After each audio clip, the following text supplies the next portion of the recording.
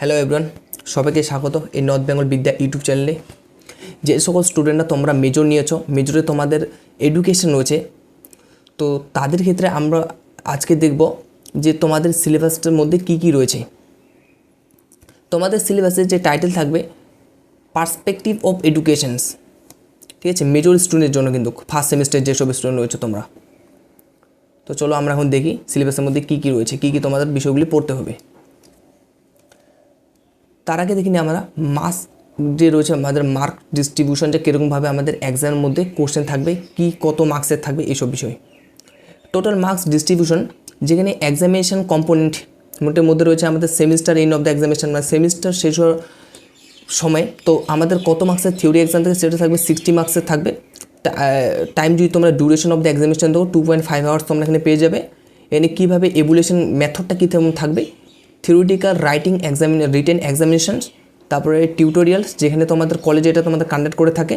এনে totally theoretical marks থাকবে 20 marks. কিন্তু এখানে যখন কলেজে কন্ডাক্ট করে থাকে এখানে তোমরা অ্যাটেন্ডেন্স থেকে শুরু করে প্রত্যেকটি দিকের উপর প্রজেক্ট সাবমিশন বলো, অ্যাসাইনমেন্ট তোমরা বলো, তো সেটা তোমাদেরকে জমা করতে হবে। সেটার জন্য থাকবে তোমাদের 20 মার্কস।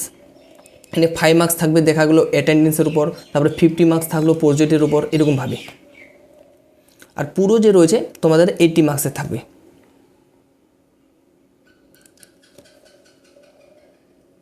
থিওরিটিক্যাল কোশ্চেন প্যাটার্নস, যার মধ্যে কীরকমভাবে তোমাদের কোশ্চেন থাকবে 60 মার্ক যে হবে কোশ্চেন যে বানাবে, তো সেখানে কোশ্চেনের মধ্যে গ্রুপ এ বলে প্রথমে থাকবে, যেটার মধ্যে 6টি টোটাল কোশ্চেন থাকবে। তোমাদের 4টি কোশ্চেন করতে হবে, একটি কোশ্চেনের মান রয়েছেন 3 করে, টোটাল 12 মার্কস। গ্রুপ বি এর মধ্যে তোমাদের টোটাল থাকবে 6টি কোশ্চেন, যার মধ্যে 4টি কোশ্চেন করতে হবে, একটি কোশ্চেন মান রয়েছেন 6 করে, টোটাল 24 মার্কস। এবং গ্রুপ সি এর মধ্যে তোমাদের টোটাল 4টি কোশ্চেন থাকবে, যার মধ্যে 2টি কোশ্চেন অ্যাটেন্ড করতে হবে, একটি কোশ্চেনের মান রয়েছেন 12 করে, টোটাল 24 মার্কস। আচ্ছা, দেখো ইউনিট 1 যে রয়েছে এখানে তোমাদের রয়েছেন অ্যাসপেক্ট অফ এডুকেশনস। কী কী ধরনের অ্যাসপেক্ট রয়েছে শিক্ষার। প্রথমে রয়েছে 4 pillar of education, deals commission 1996, এই সম্পর্কে আমাদেরকে পড়তে হবে।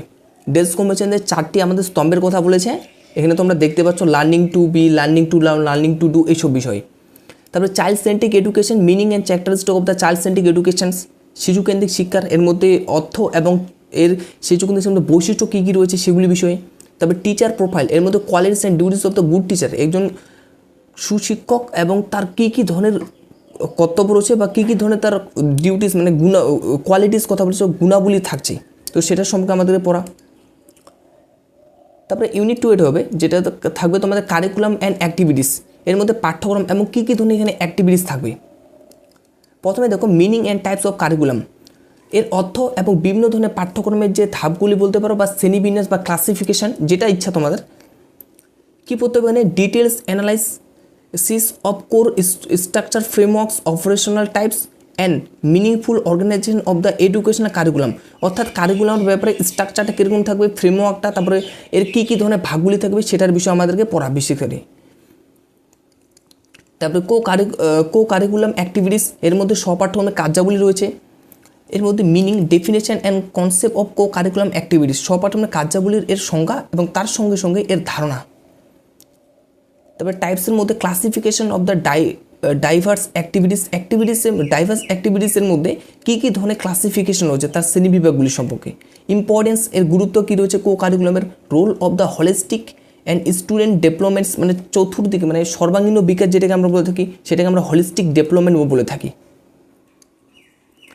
এর পরবর্তী ইউনিটে আমরা যদি দেখি সেখানে আমরা পাবো সোশ্যাল গ্রুপ অ্যান্ড সোশ্যালাইজেশন, অর্থাৎ সামাজিক একজন গ্রুপ বলতে পারো, যেটাকে কোনো কিছু সংস্থাও বলতে পারো তোমরা। তারপরে সোশ্যালাইজেশন, এর মধ্যে সামাজিক দিকটি। Social group, meaning and types of the social গ্রুপের অর্থ এবং সোশ্যাল গ্রুপের কী কী ধরনের ভাগ রয়েছে। সোশ্যালাইজেশন প্রসেস, তার মধ্যে meaning, process and factors of the socialisation, এর অর্থ এর প্রক্রিয়া, তার সঙ্গে এর কী কী কারণ হচ্ছে সোশ্যালাইজেশনের। Social agencies, role of the families and school in সোশ্যালাইজেশনের ক্ষেত্রে স্কুল কীরকমভাবে ভূমিকা গ্রহণ করে, তার সঙ্গে সঙ্গে আমাদের ফ্যামিলিও। তারপরে ইমোশনাল গ্রোথ, এখানে কী বলছে ইমোশনাল গ্রোথ, তারপরে সোশ্যাল পেরিয়েন্স তারপর রিলেশন বিল্ডিংস, কমিউনিকেশন স্কিল, এটা প্রতিটা তোমার স্কিলের কথা বলছে এখানে। আচ্ছা, এটা ডবল এটা হয়ে গেছে। তারপরে কালচার অ্যান্ড এডুকেশনের মধ্যে কী রয়েছে, এটা মনে হচ্ছে আমরা 4 নম্বরে পড়তেছে, যেখানে আমরা দেখব কনসেপ্ট অ্যান্ড ফ্যাক্টরস অফ কালচারের ধারণা এবং তার সঙ্গে কালচারের কারণ কী কী, এর ফ্যাক্টরসগুলি কী কী রয়েছে। আন্ডারস্ট্যান্ডিং দ্য ফান্ডামেন্টাল কনসেপ্ট, এর মানে মৌলিক যে ধারণা, মৌলিক এর দিকে আমাদের বিশেষ করে ভাবনা চিন্তা করে এর ধারণাগুলিকে আমাদের নেওয়া। তারপরে হচ্ছে দ্য স্ট্রাকচার ডেটারমিনেশন, কোনো কিছু নিয়ে কী করে আমরা ডেটারমাইন করতে পারি স্ট্রাকচারটা সম্পর্কে। অ্যান্ড ইনফ্লুয়েন্সিং, কী করে এটা ইনফ্লুয়েন্স করছে। Factors that define of human culture, এগুলি তার সঙ্গে সঙ্গে হিউম্যান কালচারের আমাদের সংজ্ঞা দিতে হবে। Roles of education in culture, অর্থাৎ শিক্ষার ক্ষেত্রে যে রয়েছে কালচার কীরকমভাবে ভূমিকা গ্রহণ করছে।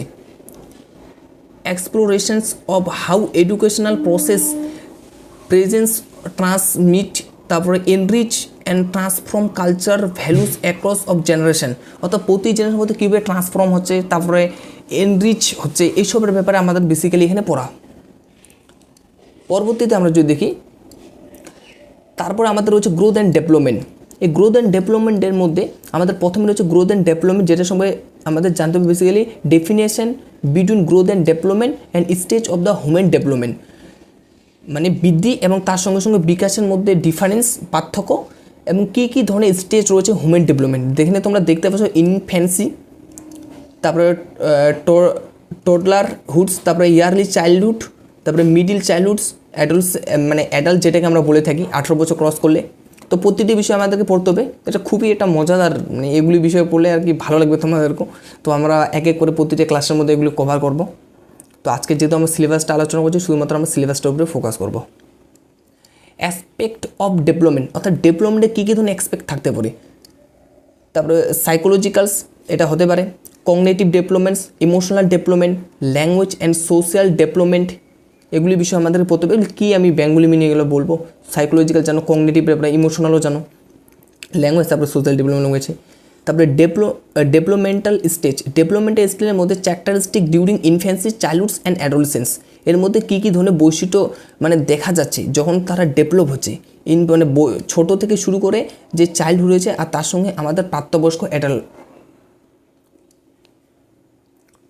তারপরে ইউনিট রয়েছে থিওরিস অফ দ্য ডেভেলপমেন্টের বিষয়ে বেশ কিছু আমাদের শিক্ষাবিদরা তারা বিভিন্নভাবে তারা থিওরিস দিয়েছেন, যেমন পিগেটস থিওরিস, এনে থিওরিস অফ দ্য কগনিটিভ ডেভেলপমেন্টের সঙ্গে বলেছেন focusing on cognitive structure and mental processing stage, এটা বিষয়ে বলেছেন। তারপরে Erikson theories of the psychological developments highlight psychological crisis stage and across of the human life circle, মানে human কী করে এই প্রতিটি স্টেজের ব্যাপারে বিষয় নিয়ে এখানে বলছেন যে কীরকমভাবে তারা ডেভেলপ হচ্ছে সাইকোলজিক্যালি। তারপরে Bandura theories emphasis observation learnings modelings and limitations, এর কী কী ধরনের প্রতিবন্ধকতা রয়েছে মডেলিংসের ব্যাপারে, তারপরে লার্নিং কী করে তারা লার্নিং করে অবজার্ভ করতে শিখে, এইসব ব্যাপারে বিশেষ করে জোর দিয়েছেন। এমফাসিস মানে হচ্ছে কোনো কাজে মানে একপর হচ্ছে তোর ফোর্স লাগানো, যে কী বলেছি কি অ্যাকচুয়ালি এখানে, তো সেটার বিষয়। আর তারপরে রয়েছে আমাদের ইউনিট 4, যেখানে তোমাদের পড়তে হবে বেসিক্যালি টিচার এডুকেশন, অর্থাৎ শিক্ষক যে রয়েছে শিক্ষকের শিক্ষার সম্পর্কে। দেখো এটা এরকমই বলছে এখানে।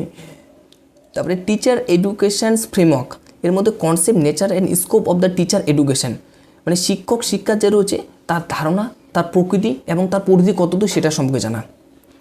ট্রেনিং প্যারাডিগমস, যেখানে difference between pre service and in service teacher education, দেখো প্রি সার্ভিস ও ইন সার্ভিস, এটা খুবই একটা ইন্টারেস্টিং, মানে পড়লে তোমাদের খুবই এটা ভালো লাগবে। তো এটাও আমরা আলোচনা করব। তো এটার বিষয়ে আমাদের কী করতে হবে, এখানে ডিফারেন্স করতে হবে, মানে এটার পার্থক্যগুলি কী কী।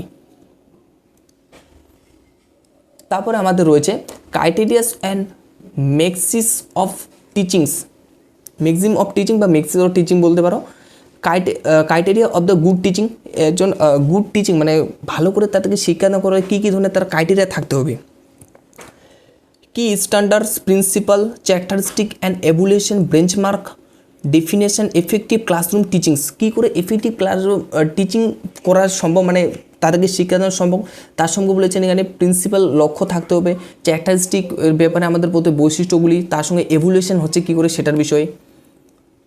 তারপরে ম্যাক্সিমস অফ দ্য টিচিংস, এর মধ্যে fundamental pedagogies rule and maxims guideline instructional states and learning acquisitions, মানে ফান্ডামেন্টাল বেশ কিছু ধরনের প্যাডাগোজি, মানে যেগুলি বর্তমান আধুনিককালে রুল নিয়ম রয়েছে, তো সেগুলি সম্পর্কে আমাদের শিক্ষা দেওয়া, তার সঙ্গে এর কিছু গাইডলাইন কিছু রয়েছে, এর স্ট্র্যাটেজিস কী কী, লার্নিং অ্যাকুইজিশনের ব্যাপারে আমাদের বিশেষ করে এইখানে আমাদের পড়তে হবে, যেটা বলেছে।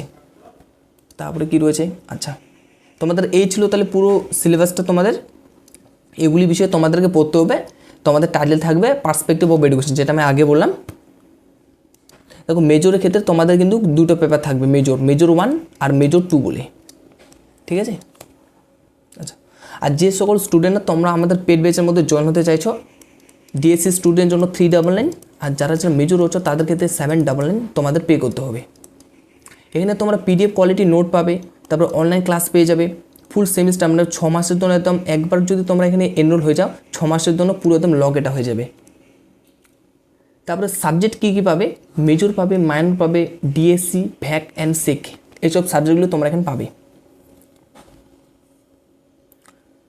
আর তোমাদের কারো কোনো স্টুডেন্ট যদি কোনো কোয়ারি থাকে এই কোর্স রিলেটেড, তো তোমরা এই নাম্বারে আমাদের সঙ্গে যোগাযোগ করতে পারো, আমাদের হোয়াটসঅ্যাপ গ্রুপে রয়েছে, সেখানেও তোমরা জয়েন হয়ে থাকতে পারো। থ্যাংক ইউ সবাইকে।